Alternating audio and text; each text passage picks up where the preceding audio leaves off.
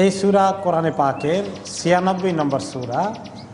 এখানে ছোট ছোট ১৯টি আয়াত রয়েছে। এই সূরাটি মক্কায় অবতীর্ণ এবং অনেক রিওয়ায়াতে প্রমাণিত হয় এটি হচ্ছে প্রথম সূরা, প্রথম ওয়াহি।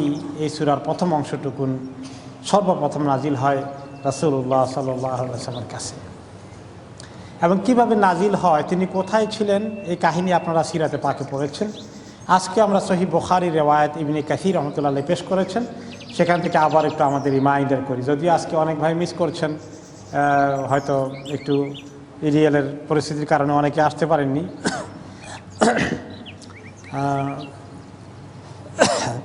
এই সূরার ব্যাকগ্রাউন্ড অথবা এর শানে নজুল হিসাবে যে হাদিস এসেছে, আয়েশা রাদিয়াল্লাহু আনহা বর্ণনা করেছেন, আউয়ালু মা বুদিআ বিহি রাসূলুল্লাহ সাল্লাল্লাহু আলাইহি ওয়াসাল্লাম মিনাল ওয়াহয়ি আর-রুয়াতুস সাদিকাতু ফিন নাওম। সর্বপ্রথম ওহী নাজিলের যে সিলসিলা শুরু হয়, পরিপূর্ণভাবে ওহী নাজিল হওয়ার আগে ভূমিকা হিসাবে, প্রারম্ভিক প্রস্তুতি হিসাবে নবী করিম সাল্লাল্লাহু আলাইহি ওয়াসাল্লামকে আল্লাহ তাআলা স্বপ্ন দেখাতেন। এমন স্বপ্ন তিনি দেখতেন, পরের দিন একেবারে সূর্যের আলোর মতো এগুলো ফলে যেত, একদম সত্য স্বপ্ন আল্লাহ তাআলা ওনাকে দেখাতেন। সো আউয়ালু মা বুদিআ বিহি রাসূলুল্লাহ সাল্লাল্লাহু আলাইহি ওয়াসাল্লাম মিনাল ওয়াহয়ি আর-রুয়াতুস সাদিকাতু ফিন নাওম ফাকানা লা ইয়ারা রুয়া ইল্লা জাআত মিসলে ফালাকিস সাবহ।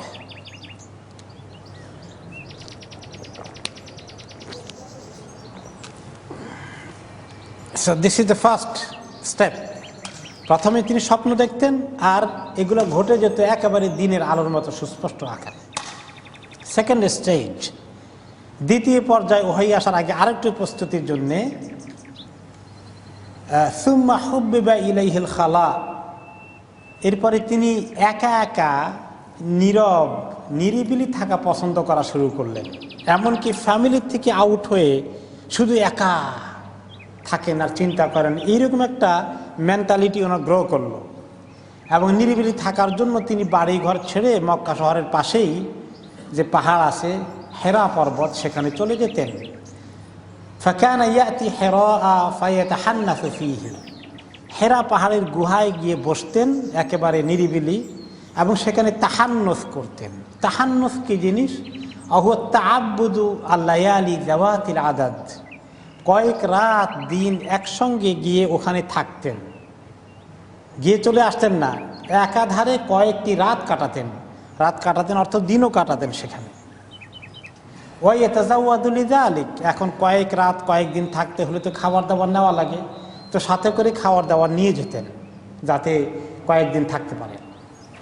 সুম্মা ইয়ারজাউ ইলা খাদিজা, এরপরে তখন তো আর এত খাবার নেওয়া যায় না, পরিমাণ কমই নিতেন। কয়েকদিন পরে খাবার শেষ হয়ে গেলে আবার আসতেন ঘরে বাড়িতে ওনার বিবি খাদিজা রাদিয়াল্লাহু আনহার কাছে, এসে আবার তিনি কিছু খাবার নিয়ে আবার কয়েকদিন থাকতেন। এবং কোনো কোনো রিওয়ায়াতে এসছে যখন খাদিজা রাদিয়াল্লাহু আনহা হিসাব করে দেখতেন যে কয়দিন খাবার চলার কথা 2 দিন 3 দিন বেশি হয়ে গেলে এখনও আসলেন না, নিশ্চয়ই খাবার কষ্ট হচ্ছে, তখন তিনি নিজেও খাবার নিয়ে যেতেন। কমপ্লেন করতেন না, বাড়িঘর থেকে কী করেন এভাবে একলা, আর কোনো কাজ নাই, খালি বসে বসে চিন্তা করেন। কি মহিয়সী মহিলা ছিলেন! তিনি জানেন তার স্বামী একজন মহাপুরুষ, তিনি কোনো ফালতু কাজে নেই, তিনি কেন নিরিবিলি থাকতে চান তিনি তাকে ডিস্টার্ব করেননি, বাধা দেননি। আখেরি জামানা মহিলা হলে তো আচ্ছা করে ঝগড়া করতে কতক্ষণ। তারপরে তিনি খাবার নিয়ে যেতেন। এবং কত উঁচু পাহাড় আপনারা দেখেছেন, যারা উমরায় হজে গিয়েছেন অনেকে চেষ্টা করেছেন। আমি এখন থেকে বোধহয় 1979 সালে বোধহয় প্রথম উমরা যাই, আর তখন উঠি। কত বছর আগের কথা? হ্যাঁ, 32 বছর। মাশাআল্লাহ, 32 বছর আগে যখন উঠি তখন তো আমি পুরো জওয়ান, তখন উঠতে পানির বোতল শেষ হয়ে গেছে, কি টায়ার লেগেছে। আলহামদুলিল্লাহ উঠছি ওখানে। তো একজন মহিলা খাবারের প্যাক হাতে করে ওখানে উঠেছেন, কি কষ্টটা করেছেন, বিনা প্রতিবাদে বিনা বাধায় বিনা তর্ক বিতর্ক করে এভাবে কোঅপারেশন করেছেন, এই জন্য তো তিনি এত মহিয়সী হতে পেরেছেন। সুবহানাল্লাহ। এবং আল্লাহ তাআলা জিবরাইল আলাইহিস সালামকে পাঠিয়েছেন, আপনি যখন যাবেন আমার নবীর সঙ্গে দেখা করতে, ওনার বিবি খাদিজাতে আমার পক্ষ থেকে সালাম দিবেন। ইয়া আল্লাহ, সুবহানাল্লাহ, কি শান! আল্লাহ তাআলা কি মহান মর্যাদা তাকে দিয়েছেন। মহান গুণের কারণে, স্যাক্রিফাইসের কারণে স্বামীর জন্য তিনি কি না করেছেন, সমস্ত সম্পদকে ওনার হাতে তুলে দিয়েছেন। তার ঘটনা আরও আসতেছে। কত গুণী, কত জ্ঞানী তিনি ছিলেন। সমস্ত মহিলাদের জন্য আজকে রোল মডেলকে খাদিজা রাদিয়াল্লাহু আনহা, আয়েশা রাদিয়াল্লাহু আনহা। হে মুসলিম মহিলারা, আপনারা যদি রোল মডেল তালাশ করতে চান, তাহলে খাদিজা রাদিয়াল্লাহু তাআলা আনহার জীবনী পড়েন। কি মহিয়সী মহিলা তিনি ছিলেন। তো খাদিজা রাদিয়াল্লাহু আনহা মাঝে মাঝে খাবার দিয়ে এসেছেন। ফায়াতাজাওয়াদু লিমিসলিহা হাত্তা ফাজাআহুল ওয়াহী। এরকম নিরিবিলি থাকার প্রক্রিয়া চলাকালীন অবস্থায় হঠাৎ করে একদিন ওনার কাছে ওয়াহী চলে আসলো। কিভাবে আসলো? ওয়াহুয়া ফি গারে হিরা ফাজাআহুল মালাকু ফীহি। তিনি গারে হিরায় বসে আছেন, নিরিবিলি সাধনা করছেন। সাধনা কি? কিছু একটা সাধনা তো করছেন। আমার সিরাত বলে যে তিনি দেখলেন মক্কার লোকেরা আল্লাহ তাআলাকে বাদ দিয়ে কি এই মূর্তি পূজা করে, এগুলোর কাছে চায়, মাথা নত করে, নিজের হাতে বানায়। কোনোদিন তিনি এগুলা বাপদাদার কালচারে ইন্টারেস্টেড ছিলেন না। প্রশ্ন আসতো মনে যে আল্লাহ সৃষ্টি করেছেন তিনি কই, তাকে বাদ দিয়ে মানুষ এগুলো কী করে? কিন্তু ওনার কাছে কোনো ক্লিয়ার গাইডেন্স নাই। কেমনে লোকদেরকে বলবেন এটা রং, এইভাবে আল্লাহর ইবাদত করতে হয়? উনি কি এগুলো জানেন? তখনও জানেন না। এই জন্য তিনি চিন্তা করছেন কিভাবে আল্লাহ তাআলার রাস্তা খুঁজে পাওয়া যায়। সাধনা করা মানে যোগ ব্যায়াম করেন না বসে বসে। তিনি আল্লাহ তাআলাকে খুঁজে পাওয়ার এক বিশাল তৃষ্ণা নিয়ে অপেক্ষা করছেন, ধ্যান করছেন, চিন্তা করছেন। ওই বৌদ্ধ যেভাবে ধ্যানে বসেছে, যে ছবি আসে আপনাদের কাছে, ওই রকম না। সংসার বর্জন করে দিয়ে জঙ্গলে বসে তিনি দীর্ঘদিন কাটাননি। একটি সময় তিনি হক তালাশ করার প্রক্রিয়ায় হককে তালাশ করছেন কিভাবে পাওয়া যায়। এই জন্য তিনি সেই চেতনা নিয়েই সেখানে তিনি খোঁজাখুঁজি করছেন। আসলে বেকার সময় নষ্ট করছেন না।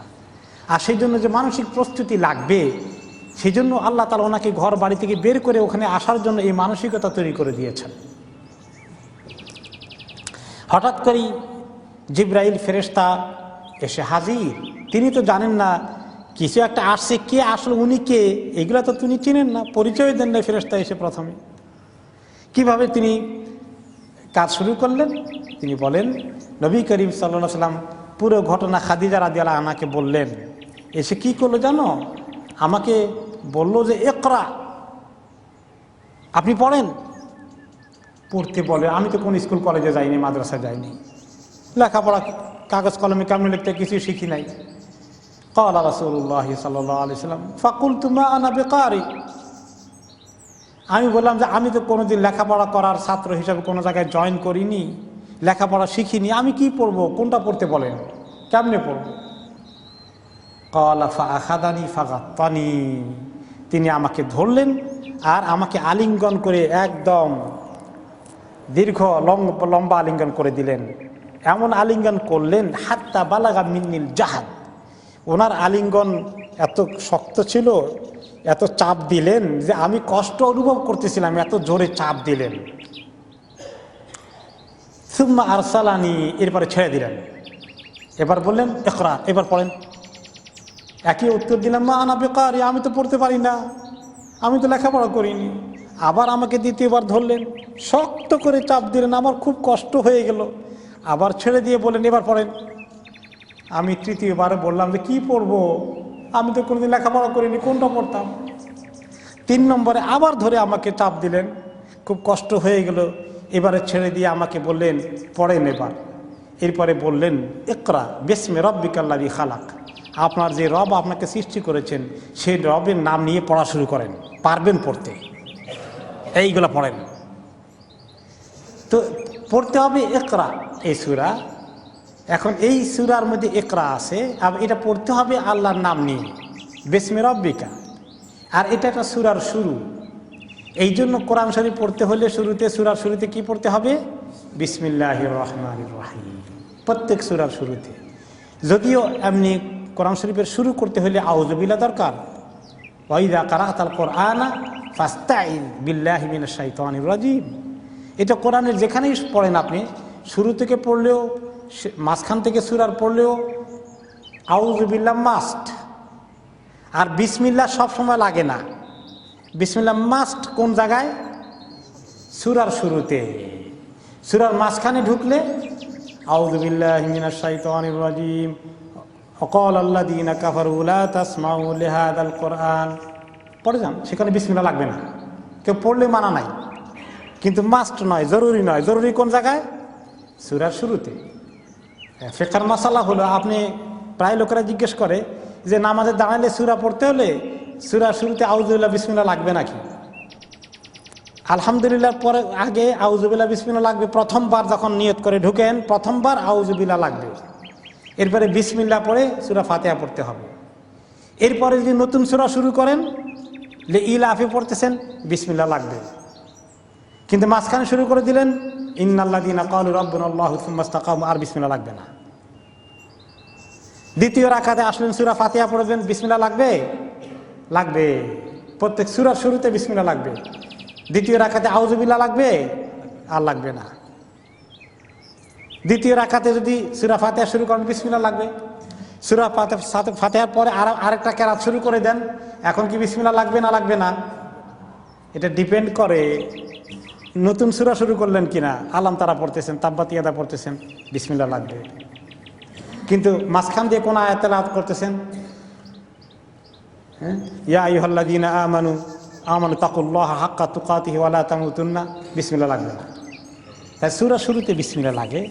তিনি বলে দিলেন ইকরা বিসমি রাব্বিকাল্লাযী খালাক। আমরা তাফসিরে পড়ে আসি, তাফসিরে ঢুকে গেছি, ওইটি রিওয়ায়াত বাকি আছে, কিভাবে ওহী নাজিল হলো সেখানে চলে যাই। 3 নম্বরে উনি যখন আমাকে ধরলেন যে ইকরা বিসমি রাব্বিকাল্লাযী খালাক, যে আল্লাহ আপনাকে সৃষ্টি করেছেন সেই আল্লাহর নামে আপনি পড়েন, তিনি রিপিট করা শুরু করে দিলেন, খালাকাল ইনসানা মিন আলাক ইকরা ওয়া রাব্বুকাল আকরাম আল্লাযী আল্লামা বিল কালাম আল্লামাল ইনসানা মা লাম ইয়ালাম। জিবরাইল আলাইহিস সালাম বলছেন আর তিনি পড়ে যাচ্ছেন, হাত্তা বালাগা মা লাম ইয়ালাম। এই 5 আয়াত পর্যন্ত, এতটুকুন পর্যন্ত জিবরাইল আলাইহিস সালাম ওয়ান গো প্রথম ওয়াহি ওনাকে নাজিল করে শোনালেন, পড়তে বললেন, রাসূলুল্লাহ সাল্লাল্লাহু আলাইহি ওয়াসাল্লাম পড়লেন। এই পর্যন্ত, বাকি অংশটুকুন পরে নাজিল হয়েছে। ক্বালা ফারাজা বিহা তারজিফু বাওয়াদিরাহু। রাসূলুল্লাহ সাল্লাল্লাহু আলাইহি ওয়াসাল্লাম ওখান থেকে এই ওহী রিসিভ করে পড়ে, এরপরে তিনি ওনার শরীরে জ্বর এসে গেল, ঘাবড়িয়ে গেলেন। কি দেখলেন, কি সমাচার, ফেরেশতা কোনো পরিচয় দেন নাই, কোনো কিছু বলেনও না যে আপনি নবী হলেন না রসুল হলেন, কিচ্ছু কোনো খবর নাই, খালি পড়েন আপনার রবের নামে। তিনি তো বলে কি দেখলাম, ঘটনা কি, চিনিও না শুনিও না, এমন শক্ত করে ধরলো, কোন জায়গা থেকে আসলো, কোথায় হাওয়া হয়ে গেল, ঘটনা কি। তিনি অস্থির, তিনি খুব ভয়ে পেয়ে গেলেন। ভয়ের কারণে, বেশি ভয় পেয়ে গেলে মানুষের শরীরে জ্বর চলে আসে। হাত্তা দাখালা আলা খাদিজা, তাড়াতাড়ি বাড়িতে চলে আসলেন, খাদিজা রাদিয়াল্লাহু আনহার কাছে চলে আসলেন।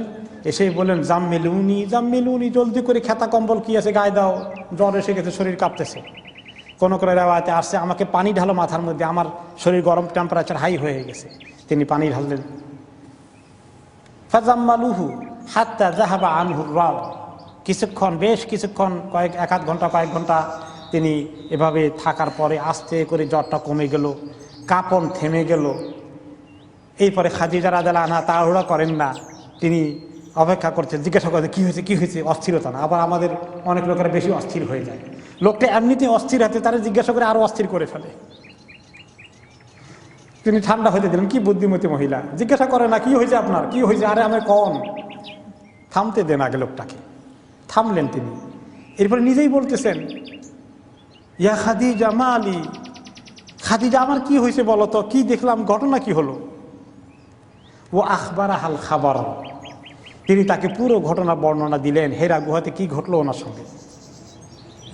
ওয়াকাল লাকাদ খাশিতু আলা নাফসি, তিনি বললেন যে দেখো আমার তো নিজের নাফসের উপর ভয় হয়ে গেছে, কোন জিনিস আমার উপর নাজিল হয়ে গেল, কোনটা এসে আমার জড়াইয়ে ধরলো, এই কি হলো, এটা কোন জিনিস, আমি তো সাংঘাতিক ভয় পেয়ে গেছি, আমাকে এটা কিল করে ফেলে কিনা, যেভাবে চাপ দিয়ে প্রেশার দিছে আমাকে। ফাকালাত লাহু, তিনি এখন বুদ্ধিমতী মহিলা ওনাকে সান্ত্বনা দেন, ওয়ার্ডস অফ উইজডম বলেন, খাল্লা আবশের, কখনো না, কোনো খারাপ কিছু ঘটে নাই, কিছু ঘটলে সুখবরই আছে আপনার জন্য। আবশের, আপনি মোটেই চিন্তিত হবেন না, দুশ্চিন্তাগ্রস্ত হবেন না, কোনো কিছু ভালো খবর নিশ্চয়ই আপনার কাছে আসতেছে, আমার বিশ্বাস কোনো খারাপ খবর আপনার কাছে আসবে না। এত বিশ্বাস কেন যে এই লোকটার প্রতি কোনো খারাপ খবর আসার কথা না। সো কল আমাদের দেশে আপনার জিন ভূত হাবিজাবি উল্টাপাল্টা কিছু যেগুলো আছে, এইগুলো ওনাকে কিছু করার কথা না, কি জানি উনি ওইগুলো মনে করে ভয় পান কিনা। এই আপনি সুসংবাদ নেন, খারাপ কিছু ঘটে নাই।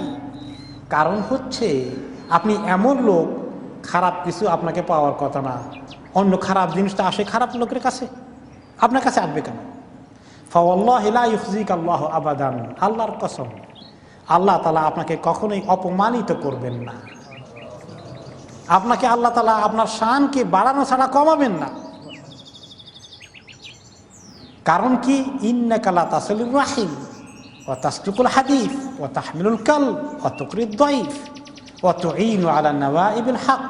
আপনি এমন একজন ভালো মানুষ যে আপনি আত্মীয় স্বজনের সঙ্গে সব সময় একতরফা ভালো ব্যবহার করে যান, সবার সঙ্গে আপনার ভালো সম্পর্ক, আপনি সত্য কথা বলেন, আপনি কোনোদিন মিথ্যা কথা বলেন না, আপনি নিজে কষ্ট করেন, কাউকে কষ্ট দেন না, আপনি মেহমান আসলে তাদের কদর করেন, মেহমানদারি করেন, আপনি যারা মুসিবত জাদা, যারা মুসিবতে পড়ে গেছে তাদেরকে আপনি সাহায্য করেন, আপনি পরোপকারী মানুষ। এমন ভালো মানুষটাকে আল্লাহ তাআলা কোনো মুসিবতে ফেলে দেবে আমার বিশ্বাস হয় না। একটা নতুন কিছু ঘটেছে বা ঘটতে যাচ্ছে, আমার বিশ্বাস অত্যন্ত ভালো কিছুই ঘটছে, কিন্তু সেটা কি তিনি তো জানেন না, কিন্তু একটা আস্থা আছে ইনি ভালো মানুষ। তাহলে সান্ত্বনা দেওয়ার জন্য নিশ্চিত কিছু বলতে না পারলেও ভালোই সান্ত্বনা পাওয়া গেল না। কাছের লোক যদি একটু ভরসা দেয় তাহলে মানুষের ভালো লাগে। একজন অসুখ হয়ে গেছে, কেউ যদি এসে বলে যে না অসুখ হয়েছে, এটা তো সামান্য কিছু, আপনার বেশি চিন্তার কারণ না, ইনশাআল্লাহ ঠিক হয়ে যাবে, এই কথাটাও কিন্তু দেখবেন যে রোগীর জন্য ভালো লাগে। আর যদি বলে যে এমন অসুখ হয়েছে, এটা কিন্তু সহজে কারো হয় না, এই সাংঘাতিক রেয়ার কেস আপনার ঘটে গেছে, এই কথা বলে আগেই ঘাবড়াই দিল। এই জন্য আপনি যদি নাও জানেন, কমপক্ষে সুসংবাদ দেন। রাসূলুল্লাহ সাল্লাল্লাহু আলাইহি ওয়াসাল্লাম এটা আমাদেরকে শিখিয়েছেন। আবার বাশশিরু ওয়ালা তুনাফিরু ইয়াসসিরু ওয়ালা তুআসসিরু, লোকদেরকে সুসংবাদ দাও, এমন খবর দিও না যে লোকেরা ঘাবড়িয়ে যায়। আর সহজ করে বলো, কঠিন করে বলো না। যেমন আপনার একজনের ওমরা যাচ্ছে, হজে যাচ্ছে, রোজার মধ্যে কি ভিড়, তাই না? বলে এখন যদি আগেই বলে যে না যাচ্ছেন তো ভিড় কিরকম দেখছেন নাকি, খবর আছে এবার, এরকম বলে দিলে বেচারা আপনি আগেই মনটা তার নরম করে দিলেন। আলহামদুলিল্লাহ ভালো, আপনি এমন নিয়ামতের মধ্যে যাচ্ছেন, কপাল কত ভালো আপনার, তাকে উৎসাহিত করেন। এটা হলো আমাদের দিনের নির্দেশিকা, যে লোকদেরকে সবসময় পজিটিভলি মোটিভেট করো। লেখাপড়া ভালো করছে না, টিচারদের জন্য লেসন আছে এখানে, ছাত্রদেরকে তুই একটা গর্দব ছাড়া কিছু না, তোর কপালে ভালো কিছু নাই, জীবনে মানুষ হতে পারবি না, এই সমস্ত কথা বলা ঠিক। মা বাবাই বলে অনেক সময়, সবসময় উৎসাহিত করা উচিত। হ্যাঁ ঠিক আছে, এবার তোমার রেজাল্ট খারাপ হয়েছে, ডোন্ট ওয়ারি, তুমি তো আসলে বেশি বোকা না, তুমি তো ভালো ছেলে, একটু লেখাপড়া একটু হয়তো খেয়াল কমতি হয়েছে, ইনশাআল্লাহ এবারে ভালো করে লেখাপড়া করো, ভালো রেজাল্ট করবে আগে গেছে। ছাত্র, শিক্ষক, প্যারেন্টস সবাই আমরা পজিটিভলি লোকদেরকে মোটিভেট করতে পারি, ঠিক কিনা বলেন? এইগুলো হলো ইসলামের শিক্ষা। মা খাদিজা রাদিয়াল্লাহু আনহা এই লেসন পেয়েছিলেন বাই নেচার, আর নবী করিম সাল্লাল্লাহু আলাইহি ওয়াসাল্লাম আমাদের এগুলো পরে শিখিয়েছেন। তখন তিনি এখন বললেন যে সুসংবাদ তো দিয়ে ওনাকে সান্ত্বনা দিলেন, কিন্তু সংবাদটা কী সেটা তো জানেন না। এখন আরেক বুদ্ধিমতী, দেখেন বুদ্ধিমতী মহিলা, এই যে আমার ভাই নজরুল ইসলাম ভাই বলেন যে ফাসআলু আহলা যিকরি ইন কুনতুম লা তা'লামুন, আল্লাহ তাআলা বলে দিয়েছেন কোরআনে পাকের মধ্যে। তুমি যেটা জানো না, যে জানে, তোমার যে জ্ঞান নাই, যার জ্ঞান আছে, তোমার শরীয়তের জ্ঞান নাই, শরীয়তের জ্ঞান যার কাছে আছে, তোমার কিতাবের জ্ঞান নাই, কিতাবের জ্ঞান যার কাছে আছে, তাকে জিজ্ঞাসা করো মাসালা ফতোয়া। ফাসআলু আহলা যিকরি ইন কুনতুম লা তা'লামুন। তুমি যদি না জানো, যে জানে, এই কিতাবের জ্ঞান যার কাছে আছে তার কাছে যাও। মা খাদিজা রাদিয়াল্লাহু আনহা চিন্তা করলেন ওনাকে নিয়ে কার কাছে যাই। তিনি বললেন সুম্মান তালাকাত বিহি খাদিজা হাত্তা আতাত বিহি ওয়ারাকা ইবনে নাওফল। খাদিজা রাদিয়াল্লাহু আনহা ওনাকে বলেন চলেন ওয়ারাকা ইবনে নাওফলের কাছে যাই আপনাকে নিয়ে। ঘটনা কি হলো, ওনার থেকে একটু আমরা কিছু ক্লু পাই কি না, নিশ্চয়ই তিনি আমাদেরকে কিছু হেল্প করতে পারবেন। ঘটনা কি ঘটলো? ওয়ারাকা ইবনে নাওফলকে ইবনে আসাদ ইবনে আব্দুল উজ্জা ইবনে কুসাই। ওয়ারাকা ইবনে নাওফল পিতার নাম হলো আসাদ, তার পিতার নাম হলো আব্দুল উজ্জা। নামের মধ্যে শিরক। ওয়ারাকা ইবনে নাওফলের দাদার নামের মধ্যে শিরক আছে। আব্দুল উজ্জার বান্দা, উজ্জার বান্দা। উজ্জা হলো আরবদের একটা দেবতা। এখন এই দাদা যে দেবতার গোলাম, সেই দাদার নাতি মাশাআল্লাহ ভালো দিনদার। তিনি কি ওয়াহুয়া ইবনে আম্মি খাদিজা আখি আবিহা। খাদিজার বাবার ভাই, আপন চাচার ছেলে, চাচাতো ভাই। উনি ওনার ফজিলত কি? ওয়াকানা ইমরাআন কাদ তানাসসারা ফিল জাহিলিয়া। জাহিলি যুগে তিনি নাসরানিয়াত, খ্রিস্টান ধর্ম গ্রহণ করেছেন, খ্রিস্ট ধর্ম কবুল করেছেন। যে খ্রিস্ট ধর্মর যে অংশটা তখনও ত্রিতত্ত্বে বিশ্বাস না করে এক আল্লাহ তাআলার উপরেই, একত্ববাদের উপরে ইয়াকিন করেছে, এবং যারা মোটামুটি ঈসা আলাইহিস সালামের শরীয়তকে হুবহু ফলো করার চেষ্টা করেছেন, যে গ্রুপটা খ্রিস্টানদের, ওয়ারাকা ইবনে নাওফল তাদের সংস্পর্শে এসে ওই খ্রিস্টান হয়ে যান। তখন তো ঈসা আলাইহিস সালামের দিনটাই ছিল হক দিন, ওই হক দিনটা তিনি পেয়ে গেছেন। তো খাদিজা রাদিয়াল্লাহু আনহা তিনি নিজে খ্রিস্টান হননি, কিন্তু খেয়াল করেছেন যে তার চাচাতো ভাই একজন ভালো মানুষ, আল্লাহ ইবাদত করে, কিতাবপত্র পড়ে, তিনি ইনজিল কিতাবকে লেখাপড়া করেছেন। ওয়াকানা ইয়াকতুবুল কিতাব আল আরবি, তিনি আরবিতে লেখাপড়া করতে জানতেন, লেখাপড়া শিখেছিলেন। ওয়াকাতাবা বিল আরাবিয়া মিনাল ইনজিল মা শা আল্লাহু আন ইয়াকতুবা, সুরিয়ানি ল্যাঙ্গুয়েজ থেকে, সিরিয়াক ল্যাঙ্গুয়েজ থেকে আরবিতে এই ইনজিল অনুবাদ বা লেখার ক্ষেত্রে তিনি নিজে কন্ট্রিবিউট করেছেন। তিনি একজন বিশেষ পারদর্শী এই ক্ষেত্রে। ওয়াকানা শাইখান কাবীরান কাদ আমিয়া, তিনি বেশ বয়স্ক, অনেক বয়সে পরিণত হয়েছেন, খুব বুড়ো হয়ে গেছেন, এবং তিনি অন্ধ হয়ে গেছেন শেষ দিকে। কিন্তু খাদিজা রাদিয়াল্লাহু আনহা চিন্তা করেছেন যে এই লোকটা যেহেতু কিতাবপত্র লেখাপড়া করেছে, নিশ্চয়ই ভালো কোনো খবর থাকলে উনি বলতে পারবেন। ফাকালাত খাদিজা, ওনার কাছে নিয়ে গেলেন খাদিজা রাদিয়াল্লাহু আনহা, আর বলেন আই ইবনে আম ইসমা মিন ইবনে আখিক, আপনার ভাতিজার কথা একটু শোনেন তো দেখি কি বলে। চাচাতো ভাই তো ওনার খাদিজার, তো ভাই ভাইয়ের সম্পর্ক, ইবনে আখিকা আপনার চাচাতো ভাই, এটার অর্থ কি? আপনার মানে ভাতিজা বলার কারণ কি? বয়সের দিকে লক্ষ্য করেছেন। নবী করিম সাল্লাল্লাহু আলাইহি ওয়াসাল্লাম মাছ ইয়ঙ্গা দেন ওয়ারাকা ইবনে নাওফল, এমনকি খাদিজা রাদিয়াল্লাহু আনহা থেকেও তো তিনি ইয়ঙ্গা। এই জন্য বয়সের দিকে মিলিয়ে বললেন যে আপনার ভাই থেকে না শুনে বললেন আপনার ভাতিজা কি কয় শুনেন। So this is kind of respect to Waraqa ibn Nawfal. ফাকালা ওয়ারাকা ইবনে আখি মা তারা, ভাতিজা তুমি কি দেখো, বলো তো আমাকে কি দেখলা।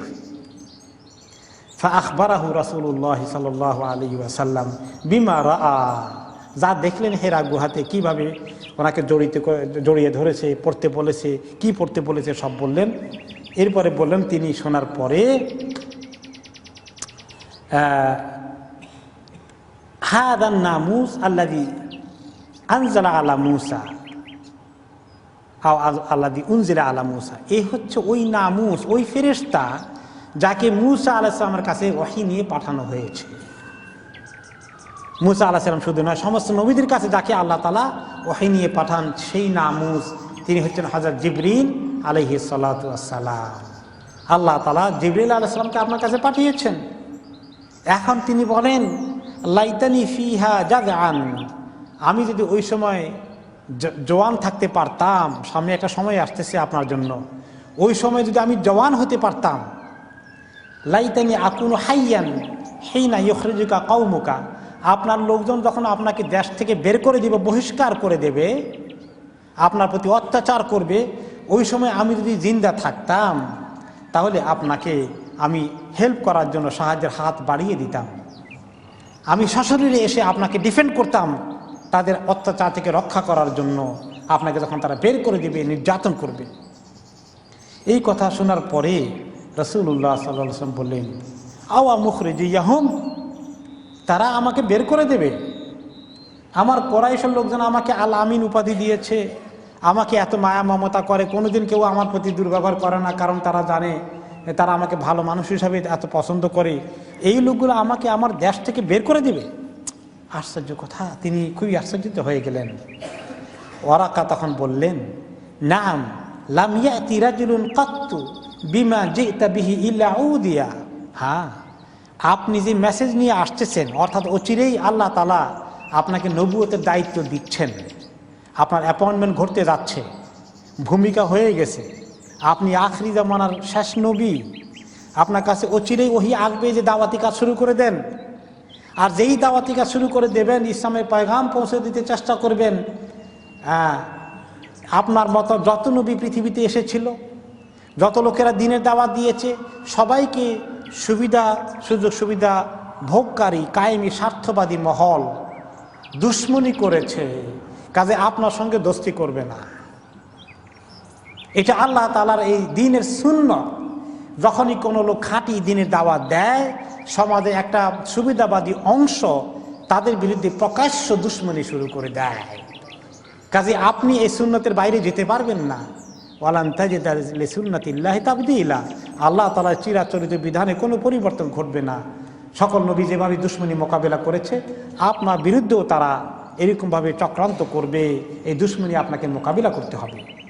ওয়াইন ইউদরিকনি ইয়াউমুকা আনসুরুকা নাসরান মুআজ্জারা, সেদিন যখন দুশ্মনী তুঙ্গে উঠবে আপনার সঙ্গে, আল্লাহ তাআলা যদি আমাকে সুযোগ দিতেন, হায়াত দিতেন, তাহলে আমি আমার জান মাল দিয়ে আপনাকে সাহায্য করব। এই কথা বলে তিনি সুসংবাদ দিয়ে দিলেন যে অচিরে আরো ওহী আসবে, আপনি প্রস্তুত হন। সুম্মা লাম ইয়ানশাব ওয়ারাকা আন তুফিয়া ওয়া ফাতারাল ওয়াহী, এরপরে ওয়ারাকা ইবনে নাওফলের কিছুদিনের মধ্যে মৃত্যু ঘটে গেল, তার হায়াত শেষ হয়ে গেল, তিনি আর ফারদার কিছু দেখতে পেলেন না। আর ইতিমধ্যে বেশ কিছুদিন ওয়াহী স্টপ হয়ে গেল, ওহী আর আসে না। রাসূলুল্লাহ সাল্লাল্লাহু আলাইহি সাল্লামের কাছে এই ইন্ট্রোডাকশন দিয়ে আল্লাহ তাআলা ওনাকে মানসিক প্রস্তুতির জন্য ছেড়ে দিলেন। তারপরে তিনি মাঝে মধ্যে খুব অস্থির হয়ে যেতেন, কই সেই ওহী কবে আসবে, কখন জিবরাইল আসবে, এই সুসংবাদের অপেক্ষায় আছেন। মাঝে মধ্যে পাহাড়ে উঠে চিন্তা করতেন, আসে না কেন, মনে হতো নিচে পড়ে যায়, এত দুঃখ কষ্ট। কিন্তু তিনি আত্মহত্যা করার সিদ্ধান্ত গ্রহণ করেননি, মনের ভিতরে এরকম কষ্ট চলে আসতো। তারপরে একদিন তিনি দেখতে পেলেন যে জিবরাইল আলাইহিস সালাম ওনার সশরীরে 600 পাখা নিয়ে আসমানে তিনি দেখা দিয়েছেন। তারপরে আল্লাহ তাআলা ওহী নাযিল করেছেন, ইয়া আইয়ুহাল মুদাসসির কুম ফাআনজির, হে কম্বল গায়ে দিয়ে শুয়ে। জিবরাইলকে দেখে ভয় পেয়েছেন, আবার ভয় পেয়েছেন, আবার জ্বর এসেছে। তখন ওহী নাযিল হয়ে গেল যে ভয় পেয়ে জ্বর আসলে চলবে না, কাজ আছে, উঠতে হবে। কুম ফাআনজির, উঠেন, কাজ করেন, দাওয়াতি কাজ করতে হবে। আপনাকে তো নবী হিসাবে পাঠিয়েছি, নিয়োগ দিয়েছি, অ্যাপয়েন্টমেন্ট লেটার এসে গেছে, উঠেন জলদি করে। এর আগ পর্যন্ত দুই ওয়াহির মাঝখানে ফাতরাতুল ওয়াহি ছিল, ওয়াহি কিছুদিন স্টপ ছিল, যে সময় ওনার খুব কষ্টে গিয়েছে। দ্বিতীয় ওহী আসার পরে তিনি সান্ত্বনা পেয়ে পুরো দমে এইবার দাওয়াতি কাজ শুরু করে দিলেন। হ্যাঁ, ও আনদের আশিরাতে কাল আকরাবিন এর কাজ শুরু করে দিলেন। সেই কাহিনী আপনারা শুনেছেন।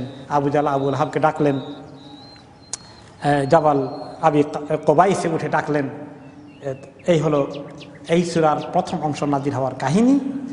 তাহলে এই সূরাগুলোর এই সূরাটার প্রথম 5টি আয়াত হচ্ছে আউয়াল ওয়াহিন নাজালা মিনাল কোরআন হাদিল আয়াতুল কারিমাত আল মুবারাকাত আহুন্না আউয়ালু রাহমাতিন রাহিমাল্লাহু বিহাল ইবাদ, আল্লাহর বান্দাদেরকে রহমত দেওয়ার জন্য। ওমা আরসালনাকা ইল্লা রাহমাতাল লিল আলামিন, এই রহমতের আয়াতগুলো শুনিয়ে দিলেন। প্রথম ওহী নাজিল হওয়া মানে মানব পৃথিবীবাসীর জন্য আল্লাহর রহমত নাজিলের দ্বার খুলে যাওয়া।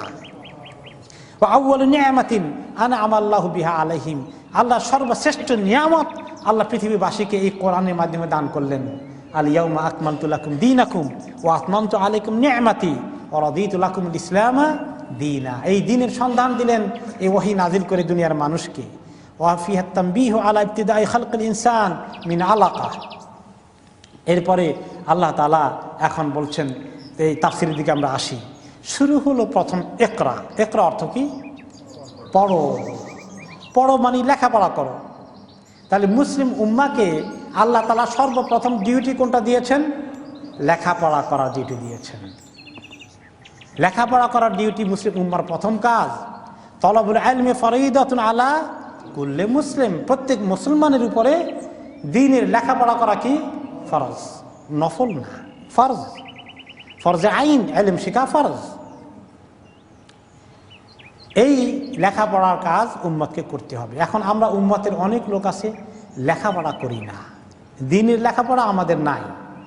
অনেকে ছোটকালে মক্তবে গিয়েছি লেখাপড়া করতে, 5-7 বছর বয়স থেকে 10-12 বছর পর্যন্ত, এই 5-7 ইয়ার্স 3 বছর সবাই কাটিয়েছি। একটু কোরআন তালিম নিয়েছি, কোরআন পর তেলাওয়াত করা শিখেছি, নামাজ কালামের বেসিক কয়টা রুল শিখেছি, বাস হয়ে গেছে, আমাদের গ্রাজুয়েশন কমপ্লিট, বাস আর লেখাপড়া লাগবে না, শেষ হয়ে গেছে। এই তো আমাদের মেজরিটি আমাদের দেশের লোকদের দ্বীনের লেখাপড়ার শেষ সমাপ্তি এখানে। কিন্তু এটা তো শুরু মাত্র। বড় হওয়ার পরে ছোটকালে মা বাবা আপনাকে শিখিয়েছে, 5-7 বছর বয়সে বক্তব্য দিয়েছে, এরপরে আপনার দায়িত্বে লেখাপড়া করতে হবে। এবার আপনি ইকরায়ের কাজ করতে হবে। কাজে আমাদের লেখাপড়া বাড়াতে হবে। দুঃখজনক আমরা লেখাপড়া করি না। আমাদের মেইন সোর্স কোরআনকে আমরা ঠিকমতো পড়ি না। আমরা শুধু তেলাওয়াত করে চলে যাই, সব অনেক হবে, কোনো সন্দেহ নাই। কিন্তু কোরআন তেলাওয়াত করে শুধু সওয়াব নেওয়াই কি আল্লাহ তাআলা নাজিল করেছেন এই উদ্দেশ্যে? কোরআনে কি আছে এটাকে জেনে আমল করতে হবে। এটা ছিল আল্লাহ তাআলার মেইন উদ্দেশ্য। আমাদেরকে উৎসাহিত করার জন্য আল্লাহ তাআলা অনেকগুলো সওয়াব ঢুকিয়ে দিবেন। এটা অতিরিক্ত পাওনা। আসলটা কোনটা? আমরা আমল করব, কোরআন থেকে শিখব, জ্ঞান শিখব, ইসলামের তরিকাগুলো শিখব। লেখাপড়াটা এই জন্য করতে হবে। এই লেখাপড়া করার কাজ আল্লাহ তাআলা উম্মতকে দান করেছেন। প্রথম ডিউটি যে আল্লাহ সৃষ্টি করেছেন, সৃষ্টি করার যিনি সৃষ্টিকর্তা, তিনি কোনো একটা উদ্দেশ্যে সৃষ্টি করেছেন। যিনি সৃষ্টি করেন তার একটা উদ্দেশ্য আছে না নাই? উদ্দেশ্য আছে। নাকি উদ্দেশ্য ছাড়াই সৃষ্টি করেছেন? না। আফা হাসিবতুম আন্নামা খালাকনাকুম আবাসা ওয়া আন্নাকুম ইলাইনা লা তুরজাউন। তোমরা কি মনে করছো এমনি মনে চাইছি আর এমনি সৃষ্টি করলাম বেহুদা, খেল তামাশা স্থলে মনে করলাম সৃষ্টি, এরকম না। এরকম আবাস বেহুদা কাজ আমি করি না। আর কেন সৃষ্টি করেছি, কি করতে হবে আমার কাছে? ওয়া ইলাইনা তুরজাউন, হ্যাঁ, তোমরা আমার কাছে আসবে এবং আমি হিসাব নেব। ওয়া আন্নাকুম ইলাইনা লা তুরজাউন, আমার কাছে আসবেন, আসতে হবে। কি জন্য সৃষ্টি করেছি এটা জানতে হবে। এটা ইকরা, পড়ালেখা করে এটা শিখো। এই জন্য আল্লাযী খালাকা, যে আল্লাহ সৃষ্টি করেছেন সেই আল্লাহর কথা এখানে তার এই সিফাতটাকে, তার সৃষ্টির সিফাতটাকে উল্লেখ করেছেন এখানে। খালাকাল ইনসানা মিন আলাক। এখন আসেন যে মানুষকে তিনি সৃষ্টি করেছেন, কি থেকে সৃষ্টি করেছেন? আলাক থেকে সৃষ্টি করেছেন। আলাক হচ্ছে জমানো রক্ত, জমাট রক্ত। আপনারা ভালো করেই জানেন, মায়ের পেটে যখন পিতার বীর্য ঢুকে তারপরে এটা কি হয়ে যায়? আস্তে করে জমাট রক্তে পরিণত হয়ে যায়, জমাট রক্ত। এটা হচ্ছে আলাক।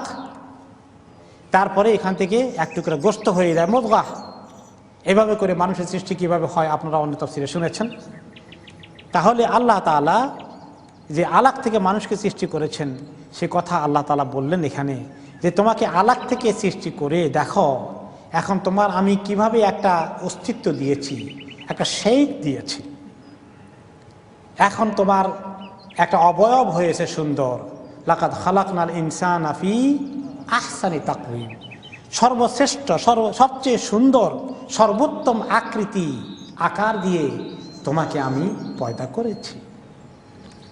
এই যে এত সুন্দর করে পয়দা করেছি, তুমি একটি ডিফারেন্ট ক্রিয়েশন, এটা ডিফারেন্ট ক্রিয়েচার, তুমি একটি অন্যতম সৃষ্টি, আশরাফুল মাখলুকাত। তোমাকে সৃষ্টি করার পেছনে আমার অনেক বড় উদ্দেশ্য আছে। অনেক সৃষ্টি আমার আছে, গরু, ছাগল, পাখালি, অনেক কিছু, কিন্তু তাদের থেকে তুমি অনেক ব্যতিক্রম হে মানুষ, তোমাকে মহান উদ্দেশ্যে সৃষ্টি করেছি। ইকরা ওয়ারাব্বুকাল আকরাম, তুমি পড়ো তোমার সে রবের নামে, যে রব অতি সম্মানিত, যে রব তোমাকে সম্মানিত রব, তোমাকেও সম্মান করে সম্মানিত সৃষ্টি হিসাবে সৃষ্টি করেছেন। আল্লাহ তাআলা আকরাম, সবচেয়ে বড় সম্মানের অধিকারী। মানুষকেও আল্লাহ তাআলা সম্মান দিয়েছেন। ওয়ালাকাদ কাররামনা বনি আদমা, বনি আদমকে আমি অনেক সম্মানিত করে সৃষ্টি করেছি। বনি আদমের শেপের মধ্যে সম্মান আছে, যেটা আমরা সূরা 3-এর তাফসীরে শুনেছি। মানুষের শেপটা কি? তার চেহারাটা সামনের দিকে আছে, দুই পায়ে এত লম্বা মানুষ দাঁড়িয়ে কি সুন্দর করে হাঁটে, কষ্ট সুন্দর ব্যালেন্স থাকে। আর গরু ছাগলের 4 পা না দিলে ব্যালেন্স থাকে না। আর 4 পা দিয়ে হাঁটতে গিয়ে মাথাটা, চেহারাটা কোন দিকে যায়? নিচের দিকে চলে যায়। মানুষ এরকম করে হাঁটার মধ্যে আর এরকম করে হাঁটার মধ্যে কত পার্থক্য।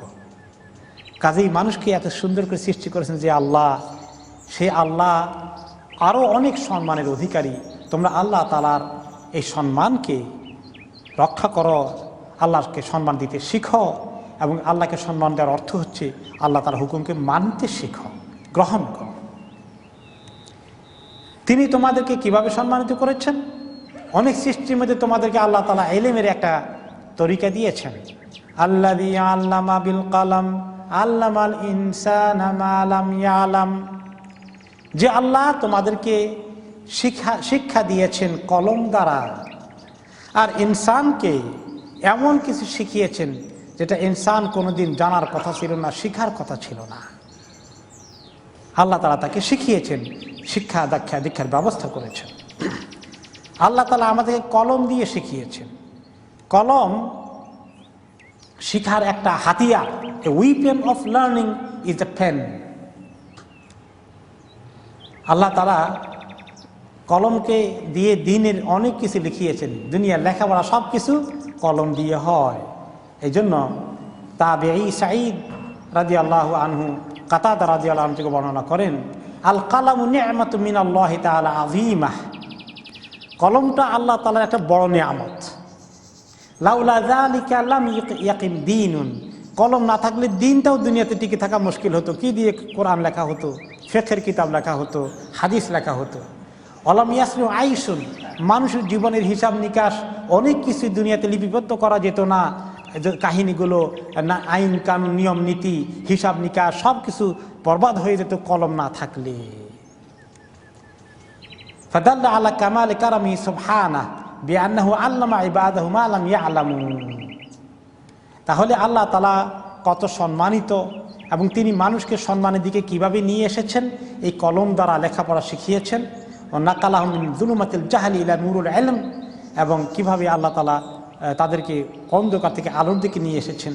ও নাব্বাহা আলা ফাদলি ইলমিল কিতাবা লিমা ফীহি মিনাল মানাফিল আযীমা আল্লাতী লা ইয়াহিতু বিহা ইল্লা হু। এই যে কলম দ্বারা দুনিয়াতে কত গ্রন্থ লেখা হয়েছে, কত সূত্র লেখা হয়েছে, কত বৈজ্ঞানিক তত্ত্বগুলো লেখা হয়েছে, হিসাব নিকাশ লেখা হয়েছে, দিন দুনিয়া সকল কিছু কলম দ্বারাই সংরক্ষিত করার ব্যবস্থা হয়েছে। এবং এই লেখাকে রাসূলুল্লাহ সাল্লাল্লাহু আলাইহি ওয়াসাল্লাম গুরুত্ব দিয়েছেন। পড়াকে যেমন গুরুত্ব দিয়েছেন তেমন লেখাকে গুরুত্ব দিয়েছেন। দুইটাই এখানে আসছে। প্রথম বললেন ইকরা, পড়তে তো কলম লাগে না, কিন্তু আবার বলছেন যে লেখাও লাগবে, এই জন্য কলমের কথা বলেছেন। এই জন্য লেখা পড়া দুইটা মিলে জ্ঞান চর্চা, দেখছেন? শুধু একটা হলে হয় না, দুইটা লাগবে। এবং হাদিসে এসেছে যে তিনি লেখাপড়ার কথা বলেছেন। একটা হাদিসে, একটা রেওয়ায়েতে এসছে, তিনি বলেছেন যে কাইয়িদুল ইলমা বিল কিতাবা, একটা আসারে এসেছে, আসারের মধ্যে এসেছে কাইয়িদুল ইলমা বিল কিতাবা, যে তোমরা লেখা এলেমকে আটকাও, এলেমকে আটকিয়ে রাখো, ধরে রাখো লেখাপড়া দ্বারা। হেফজের মাধ্যমে যেমন ধরে রাখা যায়, তেমনি লেখাপড়ার মাধ্যমে ধরে রাখতে হয়। হেফজের কারণে মানুষ মরে গেলে সেটা চলে গেল, কিন্তু লেখা থাকলে মরে গেলেও সেটা পৃথিবীতে থাকার ব্যবস্থা আছে।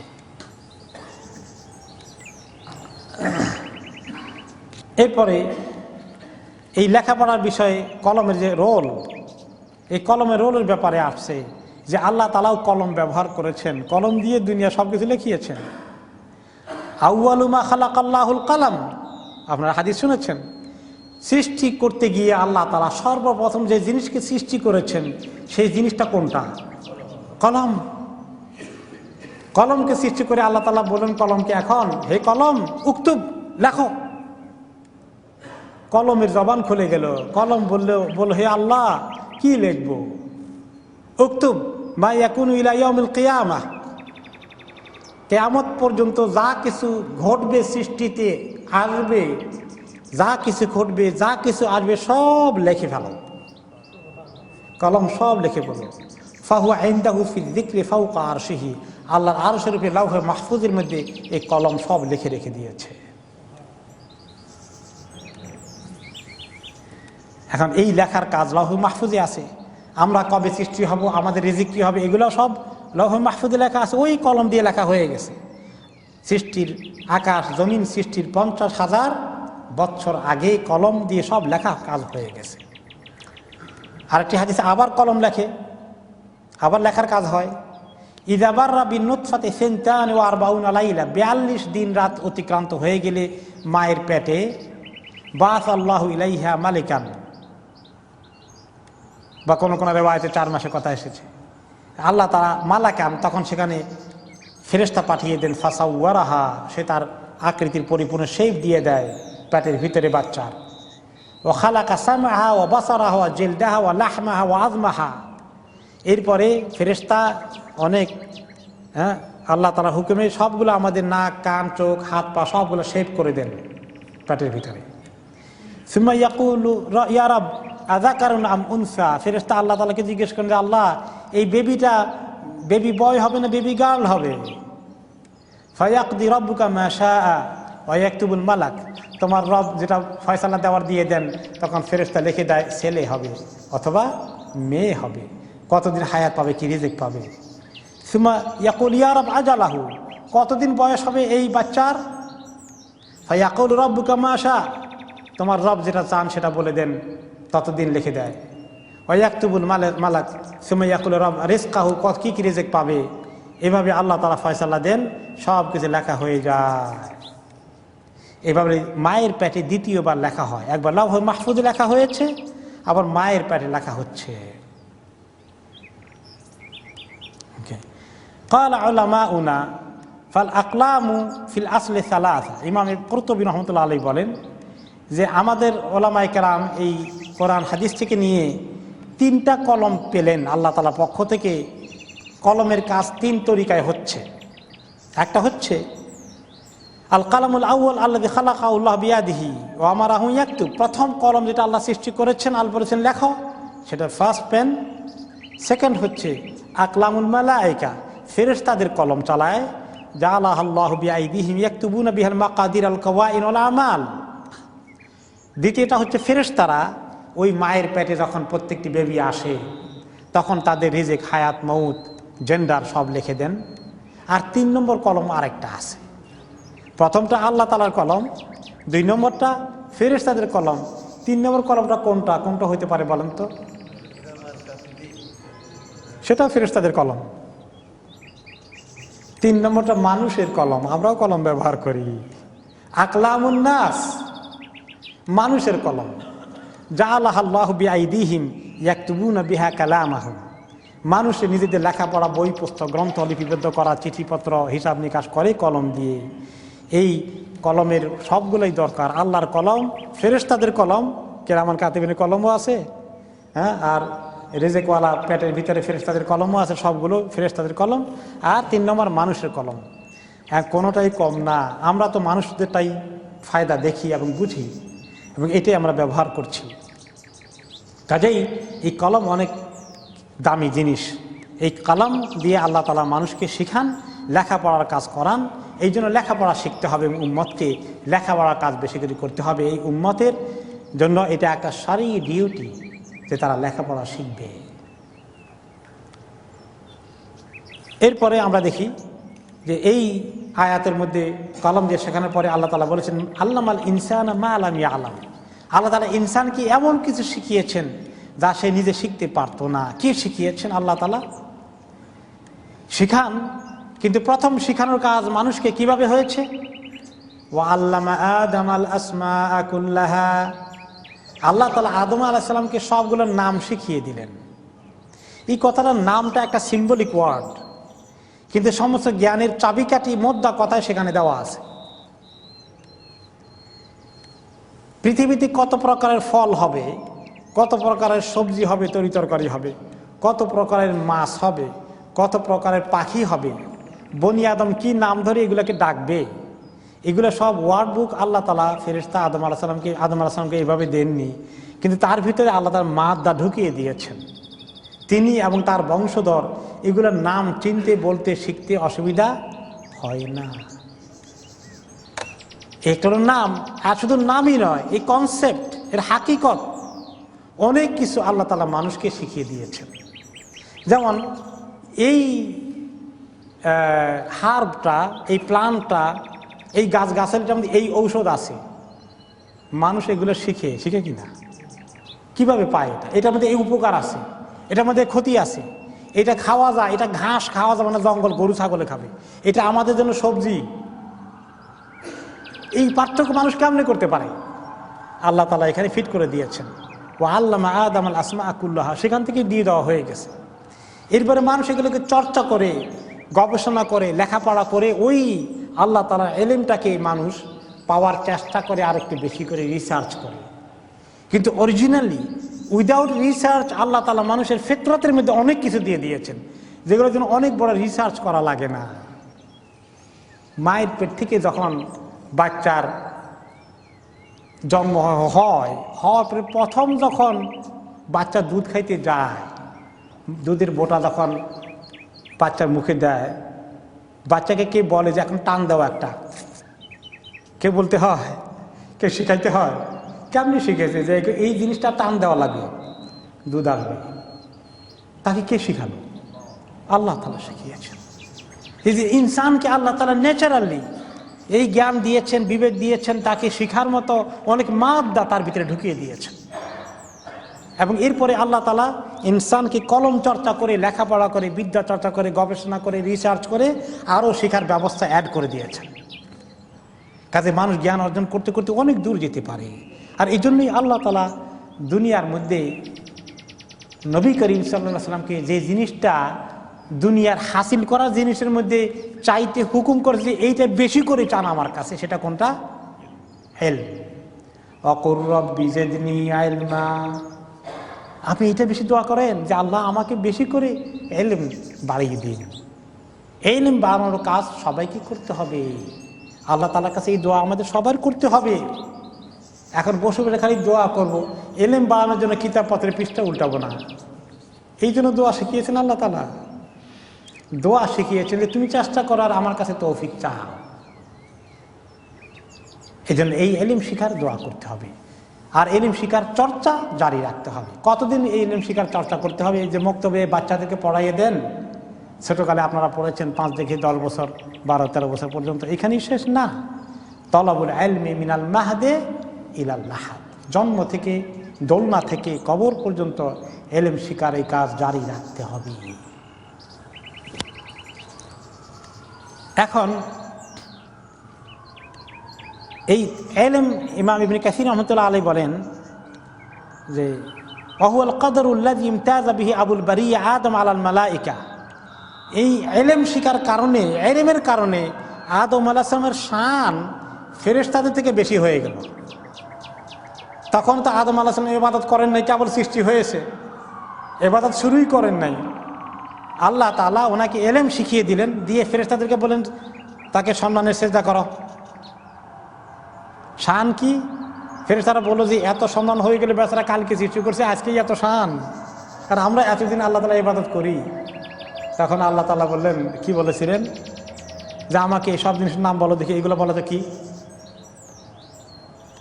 আম্বিউনি বি আসমাই হাউলা ইন কুনতুম সাদিকিন। আর বলতে পারলো না ওনারা কিছু, ওনারা কয়েকটা জানেন, এর বেশি জানেন না। আর আদম আলাইহিস সালামকে বললেন তুমি বলো দেখি এখন এগুলো কি? ইয়া আদম আম্বিউহুম বি আসমাইহিম, বলো দেখি। আদম আলাইহিস সালাম পর করে বলে দিলেন। ফেরেশতারা এবার বুঝলেন যে আদমের এত শান কেন, আদমের শান কেন বেড়েছে? ইলমের কারণে। ইলমের কারণে আল্লাহ তাআলা শান অনেক বাড়িয়ে দেন।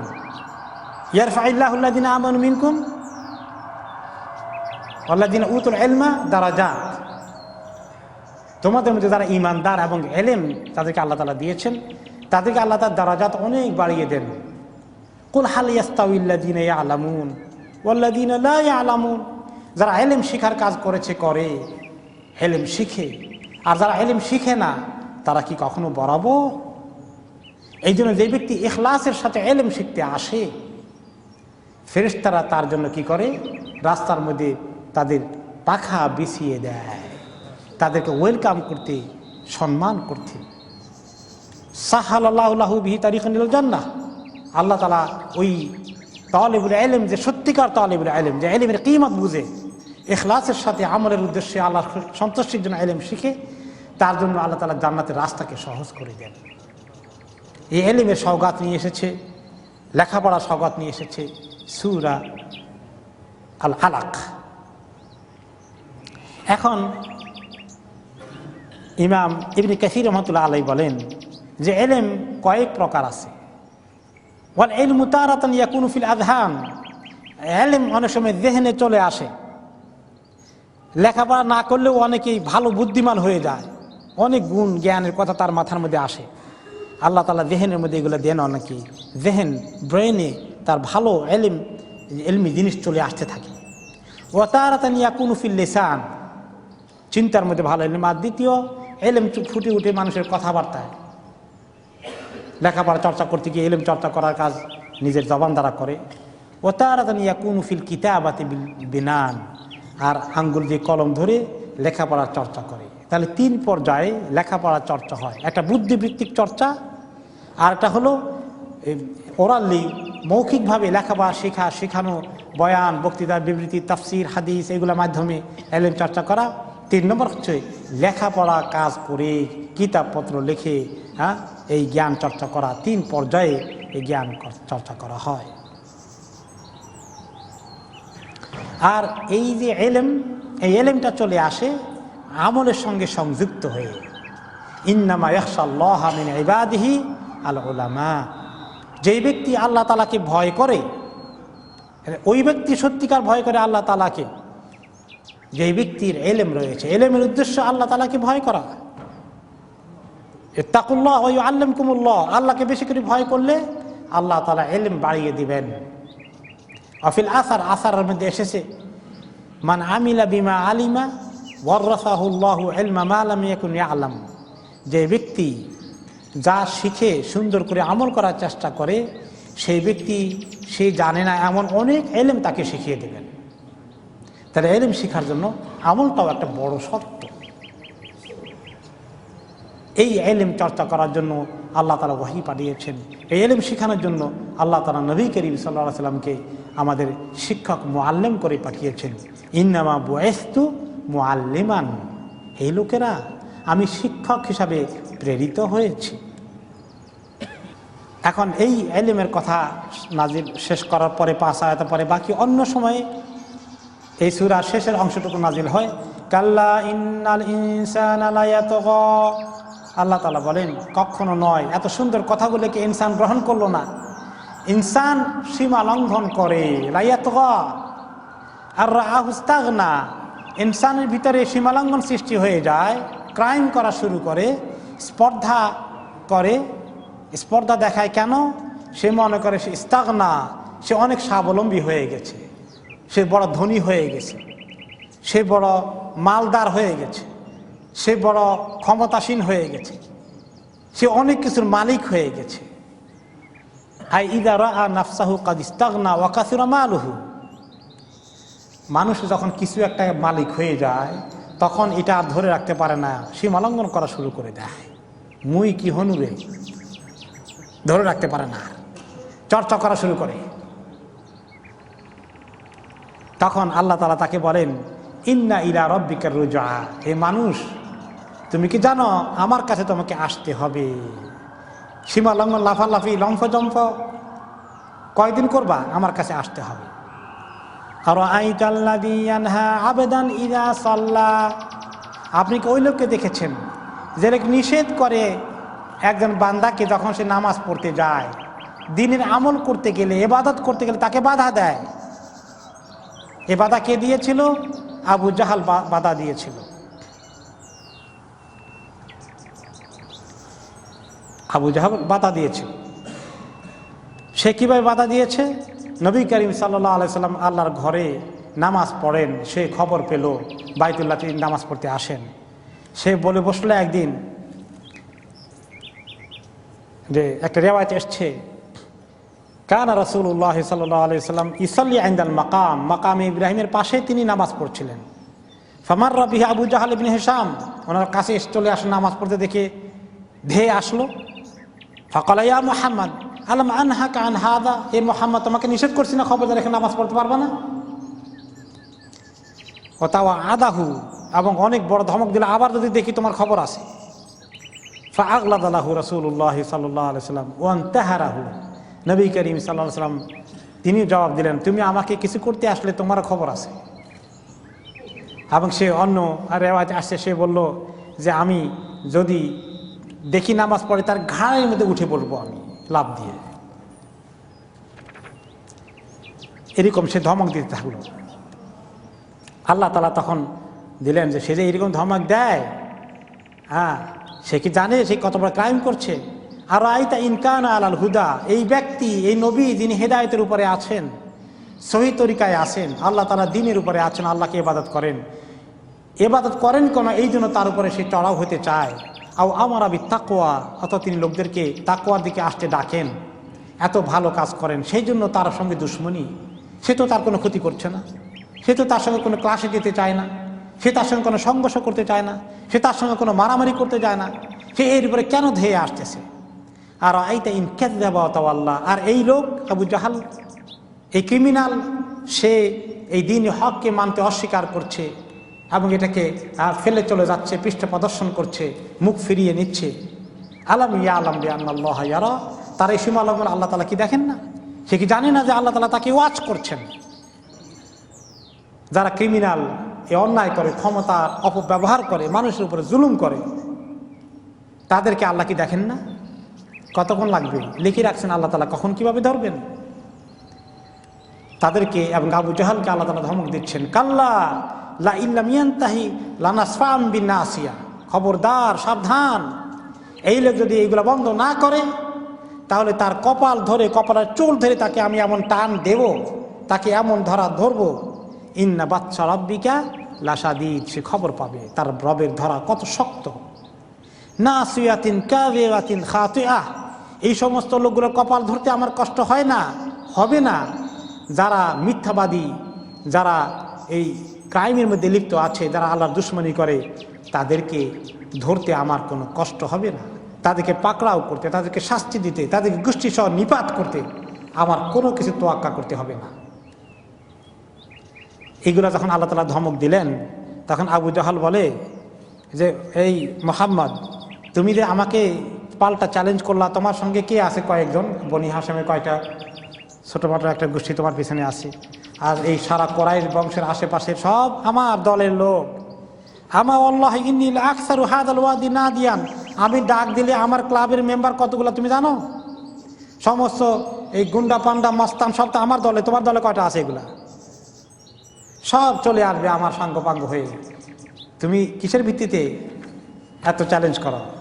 তো আল্লাহ তাআলা তখন বললেন, ফালিয়াদু নাদিয়া, দেখ না সে তার ডাক, দেখ তার দলকে, তার সাঙ্গপাঙ্গদেরকে, তার চেলা চামুড়াদেরকে, তার মস্তান বাহিনীকে, তার সন্ত্রাসীদেরকে লাগিয়ে দেখ, আনতে বলেন দেখি।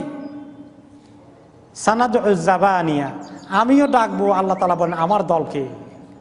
আমার দল হলো জাবানিয়া, ফেরেশতাদের দল। আর জাবানিয়া হচ্ছে মালায়েকাতুল আযাব মিন সাআতিহি, আমার ফেরেশতা দল এক্ষুনি রেডি হয়ে আছে, এক্ষুনি তাকে ধরার জন্য চলে আসবে। সে আর এক কদম লম্ফজম্প দিক। এবং সে চ্যালেঞ্জ নিয়ে সে এগিয়ে আসলো।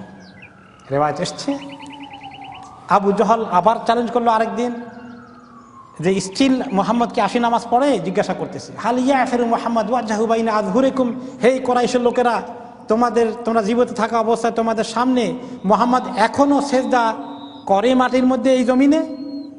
ক্বালু নাম, তারা বলে যে এখনো তো করে যাচ্ছে সেজদা, নামাজ তো এখনো পড়ে। ফাকাল ওয়াল্লাহি ওয়াল উজ্জা লা ইন রাআইতুহু ইসাল্লি কাযালিকা লা আতআন্না আলা রাকাবাতিহি, আমার রব লাত আর উজ্জার কসম করে বলি, আবু জাহাল বলে যে আমি যদি ফার্দার দেখি সে সাজদা করতেছে, আমি লাত দিয়ে তার ঘাড়ের উপরে উঠে বসবো, ফারান্না ওয়াজহু ফিত তুরাব, আর তার চেহারাকে মাটির সঙ্গে ঘষাইয়ে দেব। ফাআতা রাসূলুল্লাহ সাল্লাল্লাহু আলাইহি সাল্লাম ওয়া হুয়া ইউসাল্লি লিয়াতা আলা রাকাবাতিহি, এরকম একদিন নবী করিম সাল্লাল্লাহু আলাইহি সাল্লাম যখন নামাজ পড়ছিলেন, সে দৌড়ে আসলো, জাম্প করে ওনার ঘাড়ের মধ্যে বসবে, একদম এগিয়ে আসছে, লাফ দিয়ে কাছে আসছে। ফামা ফাজাআহু মিনহু ইল্লা ওয়া হুয়া ইয়ানকিসু আলা আখিবাইহি ওয়া ইয়াত্তাকি বিয়াদাইহি, কাফেররা তার পেছনে আসে, বলে যে কই দেখছো তুমি না গল্প চ্যালেঞ্জ করছিলে, দেখো ওই যে নামাজ পড়তেছে, ওই যে দেখো। সে দৌড়ে আসছে, আর কাফেররা সবাই ওখান থেকে তামসা দেখতেছে। যেই কাছে ওনার কাছে আসছে, এসে এখন ওনার কাছাকাছি আসার পরে খালি এরকম করে আর পিছনের দিকে যায়। এখন নিজেকে আত্মরক্ষা করে পিছনের দৌড়ের দিকে, আর সামনের দিকে যায় না। ফাকিল আল্লাহু মালাক, এখন তার সাঙ্গপাঙ্গরা বলে দৌড়ে আসলে এখন পালাও কেন, কি হয়েছে, পিছনে হটো কেন, তুমি না বললা তার ঘাড়ে উঠবা। ফাকালা ইন্না বাইনি ওয়া বাইনাহু খান্দাকান মিন নার ওয়া হাওলান ওয়া আজনিহাতান, তোমরা দেখো না আমি কি দেখলাম, আমার মধ্যে আর মুহাম্মাদের মধ্যে মাঝখানে দেখি বিরাট আগুনের লেলিহান শিখা, আর পাখালি নিয়ে ফেরেশতা কতগুলো আমার দিকে তাড়া করতেছে। তারপরে আমরা জান বাঁচাইয়া ভাগলাম, এখন আর মুরাদ নাই। ওই যে আল্লাহ তাআলা বলছেন সানাদ জাবানিয়া এসে হাজির, আগুনের লেলিহান শিখা নিয়ে ফেরেশতারা হাজির। তো এই ঘটনা রটে গেল কাফেরদের মধ্যে, এই ঘটনা মুমিনদের মধ্যে প্রচারিত হয়ে গেল। পরে কিছু যারা মুমিন ছিলেন তারা রাসূলুল্লাহ সাল্লাল্লাহু আলাইহি ওয়াসাল্লামের কাছে আসলেন, যে ঘটনা কি হয়েছে ইয়া রাসূলুল্লাহ। তখন নবী করিম সাল্লাল্লাহু আলাইহি ওয়াসাল্লাম বললেন, লাউদানা মিন্নি লাখতাতাফাতুল মালায়েকাতু উদওয়ান, সে যদি আর এক কদম আগাতো আমার কাছে, ফেরেশতারা তার একটা একটা করে অঙ্গ ছিঁড়ে ফেলতো, তারা এমন রেডি হয়েছিল। তার কপাল ভালো, সে আর আগায় নেই, পেছনের দিকে চলে আসছে। তখন ওই সময়ে আল্লাহ তাআলা এই সূরার বাকি অংশ নাযিল করেন, কাল্লা ইন্নাল ইনসানা লা ইয়াতগা, 6 নম্বর আয়াত থেকে 7 নম্বর আয়াত পর্যন্ত এই আয়াতগুলো তখন নাজিল হয়ে যায়। এরপরে আবু জাহলের কাহিনী শেষ করে আল্লাহ তাআলা তখন নবী করিম সাল্লাল্লাহু আলাইহি ওয়াসাল্লামকে বললেন, হে মুহাম্মদ, আপনাকে কি পরিমাণ বাধা দেয় আমি তো দেখি। আল্লাহ তাআলা আগেই বলেছেন যে ইন্না ইলা রাব্বিকা রুজা আরাআইতা আলাম ইয়ালাম বিআন্নাল্লাহা ইয়ারা, আল্লাহ কি তাকে দেখে না? সব আমি দেখছি। আপনার এই চ্যালেঞ্জ আসতেছে, সব নবীরা মোকাবিলা করেছে, এই রাস্তা কঠিন রাস্তা আপনাকে মোকাবিলা করতে হবে, তবে আপনি এই কাজ চালিয়ে দিতে হবে। কাল্লা লা তুতিহু, খবরদার এত চ্যালেঞ্জের মোকাবিলা করলেও আপনি তার কাছে আত্মসমর্পণ করবেন না, গিভ আপ করবেন না। ওয়াসজুদ, আপনার সাজদার কাজ করে যান, আপনার ইবাদতের কাজ কন্টিনিউ করেন। ওয়াক্তারিব, এভাবে করে করে আল্লাহ তাআলার কাছে হয়ে যান। এখন আপনার সেজদা করা লাগবে না, একবার করলেই হবে। আপনি আপনার কাজ চালিয়ে যান। এইখান থেকে কি লেসন পাওয়া গেল আখেরি জামানায়, আমাদের জামানায়, যে এই দিনের কাজ করতে হলে যারা আল্লাহর দিনের দুশ্মন, তারা আপনাকে ফুল বিছানায় ব্যবস্থা করে দেবে। তারা তাদের সর্বশক্তি নিয়োগ করে আপনাকে পৃথিবী থেকে উৎখাত করার জন্য কোনো রাস্তা বাকি রাখবে না। আর এটা কি শুধু আমাদের আখেরি জামানায় ঘটেছে? সকল জামানায় এটা ঘটবে। হক বাতিলের এই সংগ্রাম সংঘর্ষ কিয়ামত পর্যন্তই চলতে থাকবে। যাদের কিসমত ভালো তাদেরকে আল্লাহ তাআলা এই ক্লাবে জয়েন করার তৌফিক দান করবেন। যাদের কপাল খারাপ তারা আবু জাহাল ক্লাবে জয়েন করবে। না ফালিয়াদু নাদিয়া, নাদি বলা হয়েছে, নাদি মানে ক্লাব। দুইটাই ক্লাব পৃথিবীতে, একটা আসহাবুল ইয়ামিন আর একটা আসহাবুশ শিমাল। আল্লাহ রাব্বুল আলামিন আমাদেরকে সত্যিকার দিনদারদের ক্লাবে থাকার জন্য তৌফিক দান করুন, দিনের দায়িত্ব পালন করার জন্য তৌফিক দান করুন। চ্যালেঞ্জের মোকাবিলায় হিকমতের সাথে, ধৈর্যের সাথে, আল্লাহর উপর তাওয়াক্কুল করে দিনের কাজ চালিয়ে যাওয়ার জন্য তৌফিক দান করুন। সুবহানাকাল্লাহুম্মা ওয়া বিহামদিকা আশহাদু আল্লা ইলাহা ইল্লা আনতা আস্তাগফিরুকা ওয়া আতুবু ইলাইক।